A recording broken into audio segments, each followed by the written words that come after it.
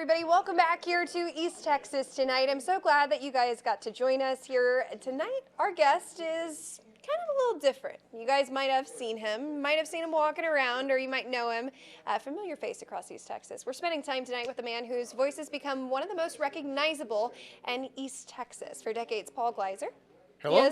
How are you? He is informed and entertained. I'm great. How are you? Good, thank you. Thanks for having me. Of course. I'm so glad that you're here. We get to kind of talk about your life and, what you've been doing across East Texas. And a lot of people might know that you've connected with our communities through local radio.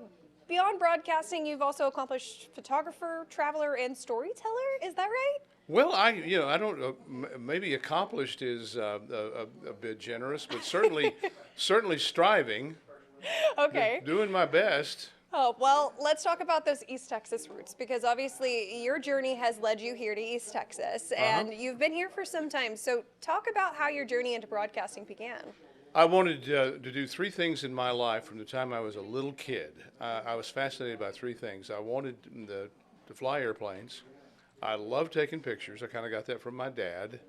And I loved the radio. I was fascinated with the radio, and I thought what came out of the radio was exceedingly cool. And I sat in my room in the dark of the night listening to AM radio and finding distant radio stations and listening to those voices crackle through the atmosphere at night. And I think that is really cool. Oh, yeah. And I enjoyed it. So those are the three things I was drawn to. I'm an airline transport rated pilot. I'm a photographer, and I'm a radio station owner. So in this great country, I got to do all the things that I love doing. I do all of those things. That's really cool. Okay, well, let's talk about that defining moment. Everybody has one in their life or in their career that kind of defines you. When did you know about your defining moment, with radio and how it would be your career? Well, like I said, I always liked it. I had a paper route when I was a kid. We don't do that anymore, but I had a paper route. I threw papers. I grew up in Amarillo, Texas, and I threw papers at 4 o'clock in the morning. I got up early and threw the morning paper. And the all-night guy on KPUR 1440, Top 40 Radio in Amarillo, Texas, was Gary Mason. And I would call him and kind of just give him the playlist between 4 and 6, the things I wanted to hear, and he'd play them. And so it was like, it was interesting to me that a disembodied voice could, make such a connection. I couldn't use those words then, but I felt connected to the guy. And so one night, on the morning that I didn't throw, there was one morning a week where I didn't throw the paper. The afternoon guy threw the paper. I got up early and just walked way across town to the radio station. I told him I was coming, and I went in. I'm in there in the dark of the night, and he's on the air live. It's midnight to 6, and I watched him work. And I thought, that is one of the coolest things I've ever seen in my life. I bet. I really loved it. Because, the technology, we called them disc jockeys because you really played records. You really had great big turntables, and you played records. And you played commercials off of tape cartridges, which looked like 8-track tapes, if you remember, if you ever saw one of those. It was a little self-contained cartridge. And the technology, very clunky by today's standard, but it was fascinating to me. And then just being able to open a mic and talk like that, and to be talking to lots of people all at once and making yet a one-on-one connection. I just loved it. It just went all over me, and that was a big moment. That's and I so said, cool. I want to do this. That's awesome. My mother hated it, by the way. She just despised the idea, but it's what I wanted to do. Yeah, well, I mean, it's really cool because when you think back, you think about all the technology and the things that you had to use to even go on air. It's just really it would different. boggle your mind. I mean, you're sitting here with I've got a lot of buttons here. Yeah, but all the buttons you have here would take up 10 times the space 20 years ago. I mean, what you can do sitting here, the technology is amazing. What we can do now, it was the technology of the day, and we knew how to work it, and it worked well, and it sounded good, but it's entirely different. Well, I mean, you've spent decades in media. How has your passion kind of continued to serve East Texas over the years? Well, I did something, and it somewhat by accident, somewhat by intention. The media business changed dramatically in the 1990s. The way radio and television broadcasting were originally envisioned in the United States, and it was Herbert Hoover, who was at the time the Secretary of Commerce, not the President. the country, nations had to make a decision when this technology called radio came along. Who's going to control it? Who's going to run it? Is it going to be the government, like the BBC in England, which is what the government ran broadcasting in England, or is it going to be some sort of private enterprise? And they said, well, how do we do private enterprise if the airwaves are finite? We can't have an unlimited number of stations on the air. So how do you work that? And so what was originally envisioned was radio stations at the time would be licensed to individual communities to serve those communities, and the vision was that they'd be locally owned and they'd be operated by people who lived in the community and who worked there and who had an investment in the community. And that's the way it was until the 1990s, and then a bunch of legislation, I won't bore you, but it changed dramatically. And the thing that I did that's different, most radio stations in America, a huge percentage of the radio stations in America today are owned by three companies, just three companies. It's kind of the same as television. Television's owned by basically three companies. Right. It wasn't that way. It was, there were hundreds, thousands of radio station owners, hundreds of television owners. Now there's a very small handful. I kind of missed the timing, but I would have hated it anyway. I'm still an independent owner. I'm still part of that original Herbert Hoover vision of broadcasting locally owned, locally controlled, locally committed, and locally accountable. And it has served us well. I mean, our radio station is KTBV, my biggest of my stations, the one that people best recognize, is we have a local news staff, and we have people that live here that bump into listeners in the grocery store, and we're connected, and we serve on volunteer boards, and we're just part of the town. Not to say that others in town aren't, but the owner of the radio station's in the building every day. Right. Yeah. Well, I mean, you've become one of the most trusted voices in East Texas. People listen to you, and they literally have to listen to you, right? Well, they don't have to, because a whole lot don't. I wish they would, but a lot do, and I have tried to be a good steward of that trust. I'm very careful about, even down to what advertisers we'll allow on the air. If we get an advertiser that starts looking a little shady, we'll just let them out, because we want listeners and we want advertisers to be able to borrow the trust that we developed. Okay. Well, let's talk about, how you approach that responsibility of being one of the most trusted voices, because a lot of people do listen to you. I mean, not even just ads, it could just be anything in between. Well, I speak my mind, and I speak what I believe, and I'm not putting on a show. It's not performative. In the editorial segments that I do, I state what I truly, to my core, believe, and I invite people to agree or disagree. And I'm happy either way. If you want to disagree, disagree. Okay.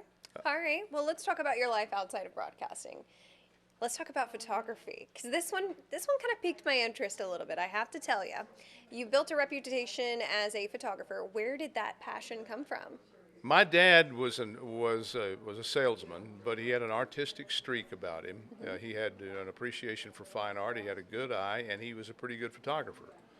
And he kind of got me interested in it as a little kid, as a young boy. And then when I went to junior high school in the 7th grade, I discovered that they had a school newspaper. And the school newspaper, had to have photography. And I didn't play football, and I didn't, so what am I going to do? I mean, the idea of being a photographer appeals to me anyway, and if you're the school photographer, you're on the newspaper staff, you have a backstage pass to everything. And I just, winnowed my way into becoming the school photographer, the newspaper, for one of a couple of others, but the yearbook and newspaper photographer, and I loved it. It's where I kind of learned journalistic photography, and it stuck, and I've been taking pictures ever since. That's awesome. Well, do you think that broadcasting and photography work hand in hand when it comes to storytelling? Well, I'll tell you what, a lot of people, a lot of broadcasters, a lot of guys that I know in the business are also two other things. They're also pilots and they're also photographers. There's something in the genetics of guys who do this that seems to be, to draw them toward those things, photography and aviation. And, like the guy that gave me my big break in Dallas, Michael O'Shea, he's an astrophotographer. He takes pictures of the moon and the planets and the Milky Way. I mean, that's his line of photography. But a whole bunch of us are into photography. I can't tell you why, but it's a common thing among radio guys to also be kind of deeply into photography, and I am. Well, let's talk about your history. Kind of move on now. Your history in East Texas, because East Texas has changed and grown dramatically Yes. since you've laid down your roots here. What are the changes that stand out to you the most today? Well, first of all, it has become a market that is attractive to basically every Fortune 500 company and every Fortune 500 traded retailer. Tyler was kind of you'd say to somebody far away, Tyler, Texas, and if they knew football, they'd say Earl Campbell. But beyond that, they didn't know where it was. And even if you said Earl Campbell, they still didn't know where it was. Tyler's very well known nationally now because it's kind of it's a very big small market. The thing that most strikes me about Tyler particularly, Tyler Longview, the whole metro, but Tyler particularly, is that, for example, a town this size has a symphony orchestra. Most cities this size could not even dream of having a symphony orchestra. It's so cool. And we have one. And we have the Ardon Cowan Performing Arts Center, which is a major market class Huge performing arts venue that a city this size shouldn't have. And that came along after I got here. The food and drink and beverage and the night scene came along after I got here. We cosmopolitanized the city in a way that wasn't such when I first came here in 1991. So, I mean, you've seen it grow and you've seen it change. Now let's get to know you behind the microphone. Who is Paul, and what might we be surprised to learn about you and your free time? I think I'm an open book. I'm certainly not trying to hide anything. I'm the son of a father who fought and didn't fight, but he served in World War II. He was a radio operator in Greenland in World War II. So he's a World War II vet. My mother grew up in Delta County, Texas, in Cooper, Texas. Her father moved her to Dallas when the Depression hit, and he couldn't make a living, couldn't feed his family in Cooper. My father grew up in the Depression. He's the only member of his family to go to college, and that only happened because of the GI Bill. My dad was a salesman. He traveled East Texas, and he sold carpet to furniture retailers and flooring retailers, carpet and flooring stores. And he traveled West Texas, all over West Texas, out of Amarillo. He was a salesman. He was very good salesman. Taught me to sell. And I'm the only child, and I've never known why, because my dad and mom, particularly my dad, loved kids. I never did find out why I was the only one. But I grew up in a house with my mother, who never went to college, was exceedingly well read, and she was musically talented. And so and my dad was a wordsmith. My dad loved the English language, so I got language from my dad. I got music from my mother.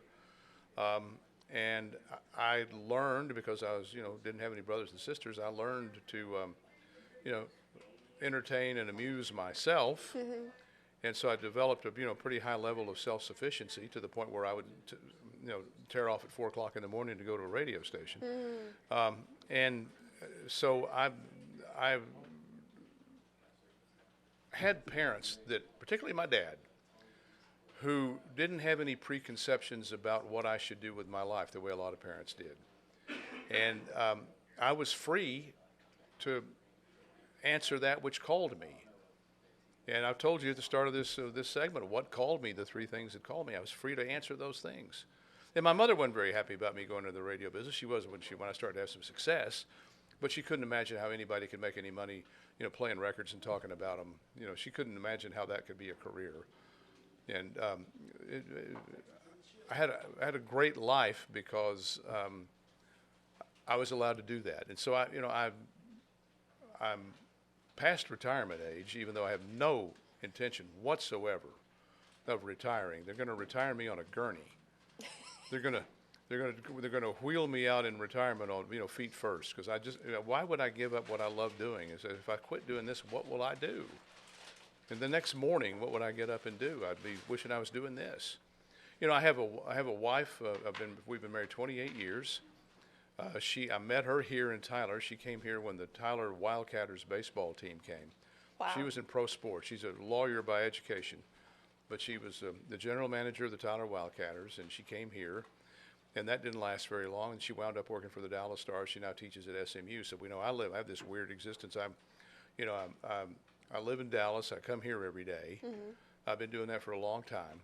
A long, long time. And what do I do outside of the radio business when I'm not working? I go to the symphony. We go to a lot of theater. We support the arts. We support the arts here, and we support the arts at our home in Dallas. And we love to travel. Well, let's go ahead and get into the advice part, because it seems like you have kind of put your hands in every bucket here in East Texas, and you've seen a lot, you've seen growth, and you have a lot of passion for what you do. So what advice do you have for people interested in media or communications? What I have for people who have an interest in anything is follow the interest, and don't yield to the pressures that people will put on you to do what they think you ought to do with your life. All right, just some fun popcorn questions for you, Mr. Gleiser. Okay. Favorite East Texas meal? A ribeye or a filet mignon at Keepersall. Oh, I have not eaten at Keepersall. Well, I'm going to fix that. You should eat at Keepersall. I had the pleasure of helping put Keepersall on the map when Pierre DeVette started it. Then, it was south of town. It was a little bit of a drive, and he couldn't get anybody to understand it. He couldn't figure out how to explain it. And he somehow heard about me, and he invited me to dinner. I'm going to go down to a place near Bullard and eat dinner. I'm thinking, why would I want to do that? But I went down there and I saw what he had. Mm-hmm. I got it. Mm-hmm. And I've been the spokesman for Keepersall for 26 years. Wow. Yeah. And so you just asked the question. It's beautiful out there. Well, it's beautiful. It's a wine estate. It's the estate house on a wine estate. That's committed to good food and good wine. And you asked me what my favorite meal. Either the filet or the ribeye at Keepersall. There's not a better restaurant steak, and believe me, I eat restaurant steaks all over the country. There's not one. And I'm not saying that because I have this association with them. I was in New York a couple of months ago, and I went out. We're going to take you to this place in New York they're really excited about. It's good. It's all right. I'm glad I'm not paying the $64 for this thing, because it's not as good as what I can get in East Texas. Yeah. Well, everything's better in Texas, I have to say. Well, yeah. At least so that's the long answer to your question. What's my favorite meal? So what next? Awesome. What's one word that your friends would use to describe you?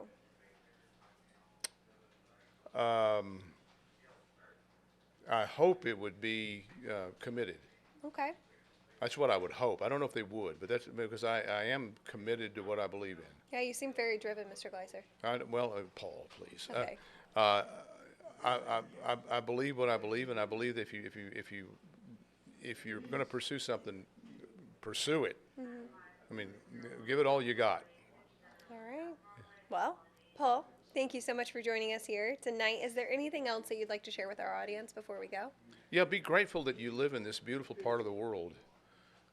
With the opportunity to be grateful that you live in Texas. I travel a lot. We can take for granted things that you go other places and it ain't necessarily so. We have a lot of opportunity here. We by and large have great government. We have great industry. We have great business leaders. Be grateful that you live here, because there's a lot of places that look upon us with envy. Of course. All right. Well, Paul, thank you again for joining us here on East Texas tonight. We're going to go ahead and take you guys over here to our time machine. So stick with me here for just one moment.